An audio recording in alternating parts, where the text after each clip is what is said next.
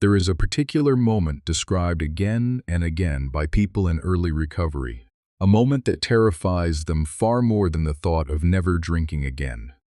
The moment they have to sit down, alone, with a pen and a blank sheet of paper, and write out, in specific and unflinching detail, every resentment, every fear, and every shameful act they have spent years trying not to think about, not confess it in vague terms, not summarize it in a way that softens the worst parts. Write it all down, specifically, honestly, with their own name attached to their own share of the blame.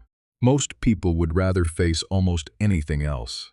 And yet, according to the men who lived through this process and wrote it down for others, this exact moment, uncomfortable as it was, turned out to be one of the most important turning points in the entire path toward lasting sobriety. By the time the earliest members of Alcoholics Anonymous reached this stage of their own recovery, they had already accepted, often reluctantly, and only after every other option had failed, the basic framework laid out earlier in the book, that lasting sobriety required more than simply not drinking. It required a genuine, searching examination of exactly what kind of person the drinking had shaped them into, and a willingness to take real, concrete action to address what that examination revealed. This chapter exists to explain, in specific and practical terms, exactly how that examination was supposed to be carried out, and exactly what needed to happen once it was complete. The starting point was the written moral inventory, and the chapter is notably specific about why this needed to be written down, rather than simply considered privately in one's own head. A purely mental review, the early members had discovered through repeated experience, was too easy to distort, too easy to rationalize, too easy to quietly edit in one's own favor without even realizing it was happening. Putting the inventory down on paper, in black and white, made that kind of self-serving distortion far more difficult to sustain. It forced a level of specificity and honesty that vague internal reflection almost never achieved on its own. The chapter walks through a specific method for conducting this inventory, beginning with resentments, which the early members had come to regard as one of the single most dangerous emotional states an alcoholic could carry, more dangerous, in many cases, than any external circumstance. The method involved listing out, one by one, every person, institution, or situation the alcoholic still carried anger toward, and then, for each one, honestly identifying exactly what had caused that anger, and exactly which part of the alcoholic's own life, whether it was their pride, their security, their ambitions, or their personal relationships, had actually been affected by it. This last step mattered enormously, because it forced a shift away from simply cataloging grievances against others, and toward honestly examining one's own reactions and vulnerabilities underneath those grievances.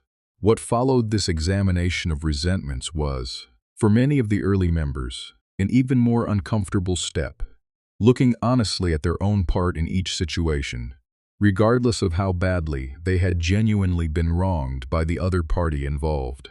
This was not presented as an exercise in taking on blame that didn't belong to them, or excusing genuinely harmful behavior by others. It was presented as a practical recognition that carrying unresolved resentment, regardless of how justified it might have originally been, functioned like a slow poison for the alcoholic specifically, one that had, in case after case documented by the early members, preceded a return to drinking with startling regularity. Letting go of resentment wasn't framed as a favor done for the other person. It was framed as an act of self-preservation. The inventory process continued into an equally direct examination of fear, cataloged with the same specific, written method used for resentments. Naming each fear individually, examining honestly where it came from, and considering what it revealed about areas of life where the alcoholic had been relying too heavily on their own strength and control, rather than on anything beyond themselves. And the process extended further still into an honest examination of harm done specifically in relationships, particularly through past conduct involving sex and intimacy, an area the early members approached with unusual directness for their era. insisting on honest self-examination rather than either excessive shame or careless self-justification, and encouraging each person to develop their own honest, workable standard going forward, rather than adopting someone else's rigid moral formula wholesale. Once this written inventory was complete, the chapter turns to the next, and, according to many of the earliest members, most immediately transformative stage of the process. Sharing this entire inventory, in full and specific detail, with another human being.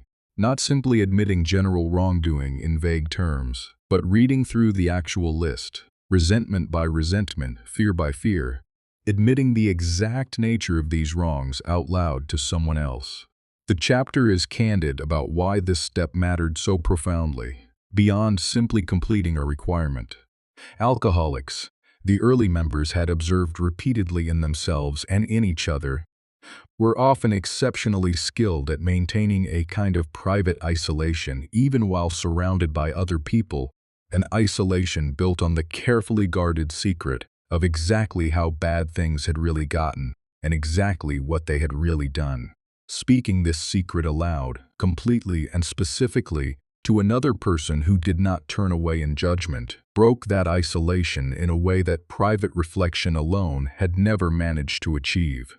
Many of the early accounts described a profound and unexpected sense of relief following this step, a lightness that several men explicitly compared to a physical sensation, as though a weight they had been carrying so long they'd stopped noticing its full size had finally been set down.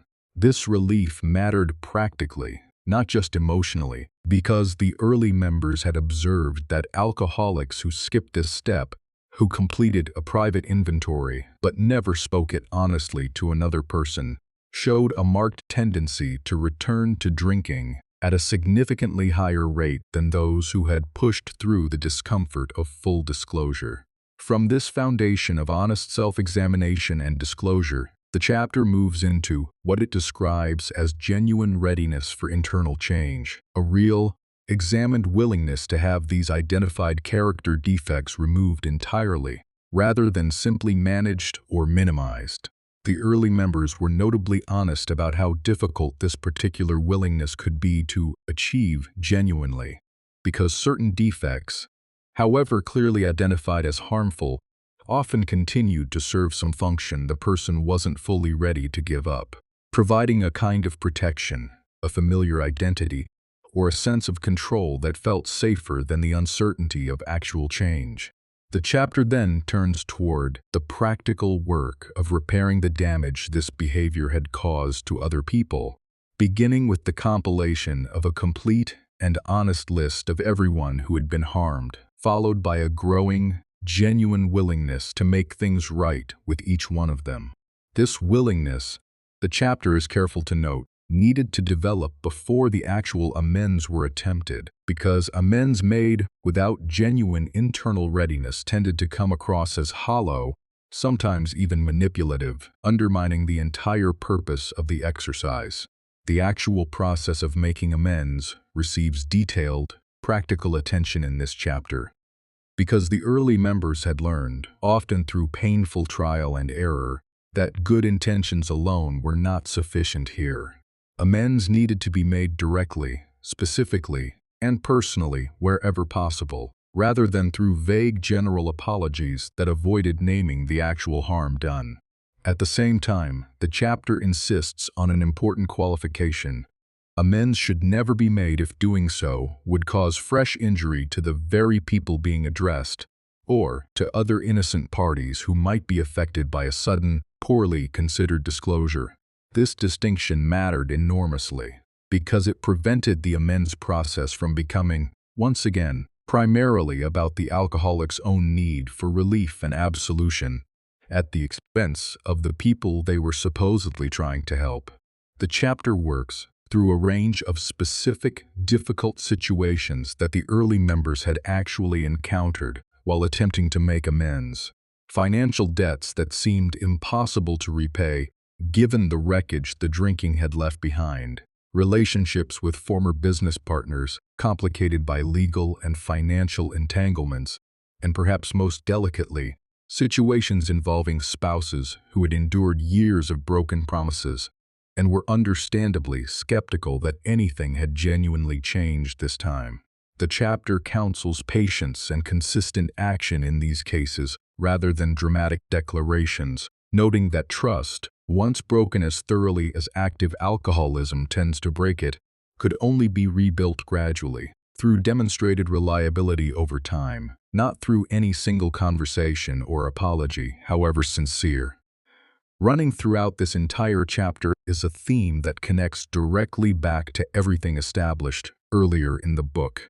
None of this work was framed as a technique for feeling better in some general, abstract sense. It was framed as directly necessary for staying sober, because unresolved resentment, unexamined fear, and undisclosed wrongdoing were understood, based on repeated direct observation among the earliest members, as exactly the kind of unfinished business that tended to resurface later as pressure severe enough to trigger a return to drinking.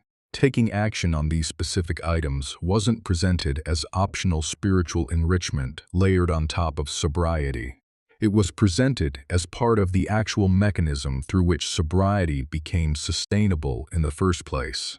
The chapter closes by turning toward what this completed process of honest self-examination, disclosure, and repair actually produced in the lives of the people who had genuinely worked through it. Not simply the absence of drinking, but a fundamentally different relationship with themselves and with the people around them, built on a level of honesty that active alcoholism had made completely impossible for years. This transformation, the chapter makes clear, wasn't a reward that arrived automatically after enough time had passed. It was the direct, earned result of specific, deliberate action that demanded real courage precisely because it required facing exactly the things a person had spent years drinking specifically to avoid facing at all.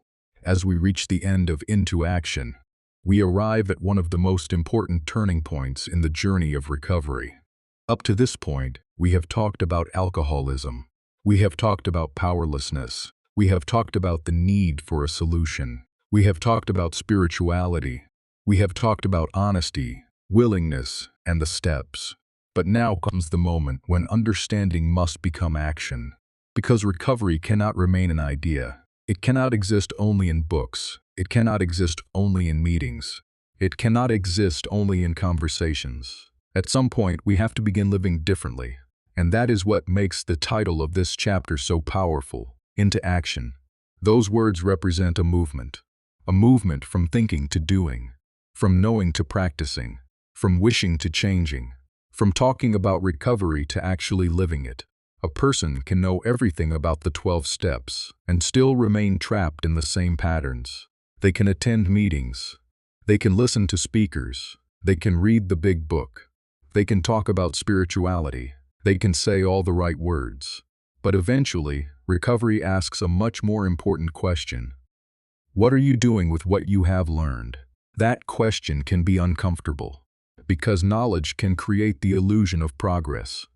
We can feel as though we are changing simply because we understand ourselves better. But understanding is only the beginning. Transformation requires action, and perhaps that is one of the greatest lessons of this chapter. You cannot think your way into an entirely different life. Eventually, you have to act. You have to make decisions. You have to face the past. You have to become honest. You have to repair what can be repaired. You have to change behaviors. You have to stop repeating the same patterns. And you have to become willing to live according to principles rather than impulses. This is not always easy, because action creates discomfort. It is easier to talk about forgiveness than to forgive. It is easier to talk about honesty than to admit that we were wrong. It is easier to talk about humility than to accept criticism. It is easier to talk about responsibility than to face the consequences of our actions. It is easier to talk about faith than to trust when we do not know what will happen. But recovery begins when we stop choosing what is merely comfortable and start choosing what is necessary. That is why the process of making amends is so significant. The past cannot be changed. We cannot turn to yesterday and undo the words we said. We cannot erase the nights we drank. We cannot erase the promises we broke. We cannot undo the damage we caused. We cannot give someone back the years that were lost. But we can do something powerful. We can take responsibility for what happened and change the way we live today. And amends is not simply saying, "I am sorry." It is not simply trying to make ourselves feel better. It is about taking responsibility. It is about acknowledging the harm we caused. And whenever possible, it is about doing something to repair that harm. Sometimes that means speaking. Sometimes it means making restitution. Sometimes it means changing our behavior. Sometimes it means respecting another person's boundaries and accepting that they may not want a relationship with us. Sometimes the best amends is not a dramatic conversation. Sometimes it is simply becoming a different person. A person who no longer lies. A person who keeps their promises. A person who becomes dependable. A person who no longer uses people. A person who no longer runs from responsibility. A person who learns to live differently. And perhaps that is one of the deepest forms of amends. To stop repeating the behavior that created the damage in the first place. Because words can be powerful, but consistent actions speak even louder. If we tell someone, "I have changed," but continue behaving exactly as before, the words mean very little. But if day after day we become more honest, more responsible, more patient and more dependable, eventually the people around us may begin to see the difference. Not because we demanded forgiveness, but because our behavior became evidence. And perhaps that is what recovery asks of us. Not to demand that other people believe we have changed, but to live in such a way that change becomes visible. That requires patience, because rebuilding trust takes time. Sometimes a person wants forgiveness immediately. They want their family to forget. They want their reputation restored. They want everyone to believe that they are different now. But recovery teaches us something difficult. We cannot control how quickly other people heal from the harm we caused. We can control our own behavior. We can control whether we continue drinking. We can control whether we continue lying. We can control whether we continue manipulating. We can control whether we continue blaming. We can control whether we continue living selfishly. And when we focus on those things, we begin to understand the meaning of responsibility. Responsibility is not about controlling other people's reactions. It is about controlling our own actions. And perhaps that is one of the greatest freedoms recovery can offer. The alcoholic may have spent years trying to control everyone and everything around them. They may have tried to control drinking, control relationships, control circumstances, control how people saw them, control outcomes. But Into Action teaches us to focus on what we can actually change, ourselves. That is where the real work begins. And perhaps the most difficult person to change is ourselves. Because changing ourselves means confronting the patterns we have defended for years. It means looking at our resentments, our fears, our pride, our dishonesty, our selfishness, our need for approval, our need for control, our tendency to blame, our tendency to escape. These things can be uncomfortable to see, but we cannot change what we refuse to recognize, and that is why honesty becomes such a powerful tool in recovery. Honesty is not simply telling other people the truth. It is also telling ourselves the truth. Sometimes the truth is, "I was wrong." Sometimes it is, "I am still angry." Sometimes it is, "I am afraid." Sometimes it is, "I still want control." Sometimes it is, "I hurt someone." Sometimes it is, "I need help." And perhaps one of the most courageous statements a person can make is, "I do not know how to handle this alone." That statement is not weakness. It can be the beginning of connection. Because when we stop pretending that we have everything under control, we become available for help. We can talk to another alcoholic. We can ask our sponsor for guidance. We can attend a meeting. We can pray. We can meditate. We can seek support. We can slow down before reacting. We can choose another response. And gradually, these new actions become new habits. New habits become a new way of living. And a new way of living can create a new life. But none of this happens instantly. That is another important lesson. Recovery is not a single event. It is a process. There may be moments of profound realization. There may be spiritual experiences. There may be emotional breakthroughs. But the real transformation is often much quieter. It happens when you wake up and choose sobriety again. It happens when you tell the truth, even though lying would be easier. It happens when you apologize without defending yourself. It happens when you listen instead of interrupting. It happens when you walk away from an argument instead of escalating it. It happens when you call someone instead of isolating. It happens when you help another person. It happens when you keep a promise. It happens when you do the right thing even when nobody is watching. Those moments may not look dramatic, but they are the building blocks of recovery. And perhaps that is why Into Action is such an appropriate title. Because recovery becomes real through ordinary actions repeated consistently. You do not become a different person because you said you wanted to become different. You become different because you repeatedly choose different behaviors. And eventually, those choices begin to change your character. You become more patient, more honest, more responsible, more humble, more dependable, more compassionate, more useful. And perhaps most importantly, more free. Free from the constant need to defend yourself. Free from the constant need to hide. Free from the constant need to escape. Free from the obsession with controlling everything. Free to face life as it is. That freedom does not mean life becomes perfect. It means you become better equipped to live it. There will still be difficult days. There will still be losses. There will still be disappointments. There will still be people who misunderstand you. There will still be situations you cannot control.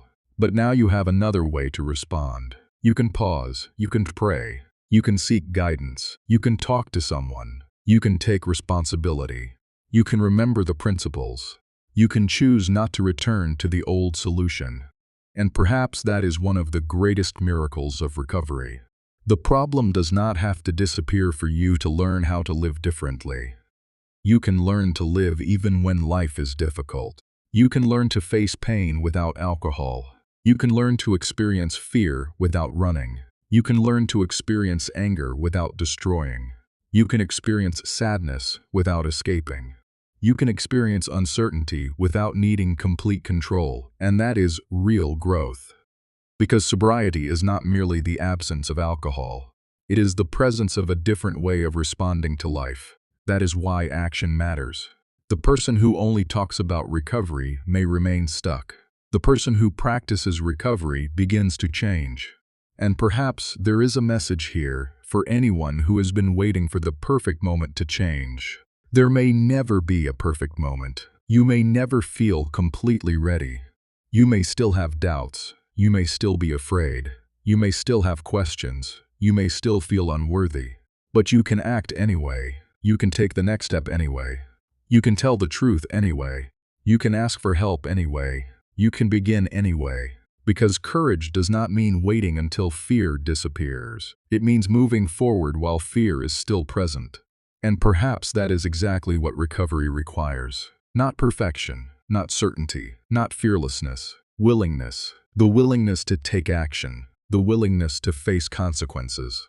The willingness to repair. The willingness to change. The willingness to let go. The willingness to become teachable. The willingness to continue. And perhaps the most important thing is this. Do not confuse a spiritual experience with the end of the work. A moment of clarity can open the door, but we still have to walk through it. A meeting can inspire us, but we still have to live differently when we leave. A sponsor can guide us, but we still have to take the actions. A prayer can give us strength, but we still have to make the decision. The program can show us a path, but we still have to walk it. That is, into action. It is the moment when recovery moves from theory into life. And perhaps, when we look at the journey as a whole, we can see something remarkable. A person who once could not imagine living without alcohol begins discovering that they can live without it. A person who once believed they could never change begins changing. A person who once avoided responsibility begins accepting it.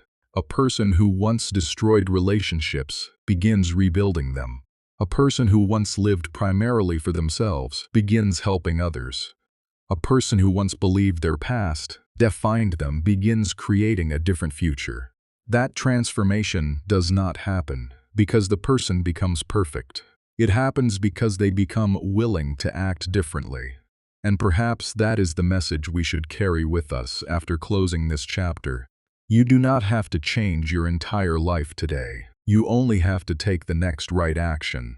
Make the call.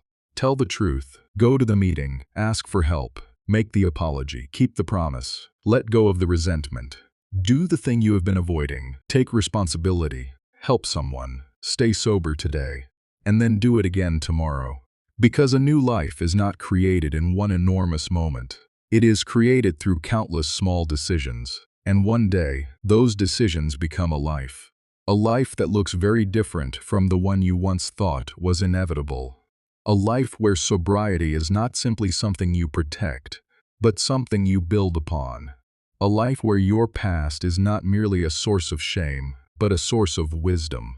A life where your mistakes do not have to remain meaningless, because they can become lessons.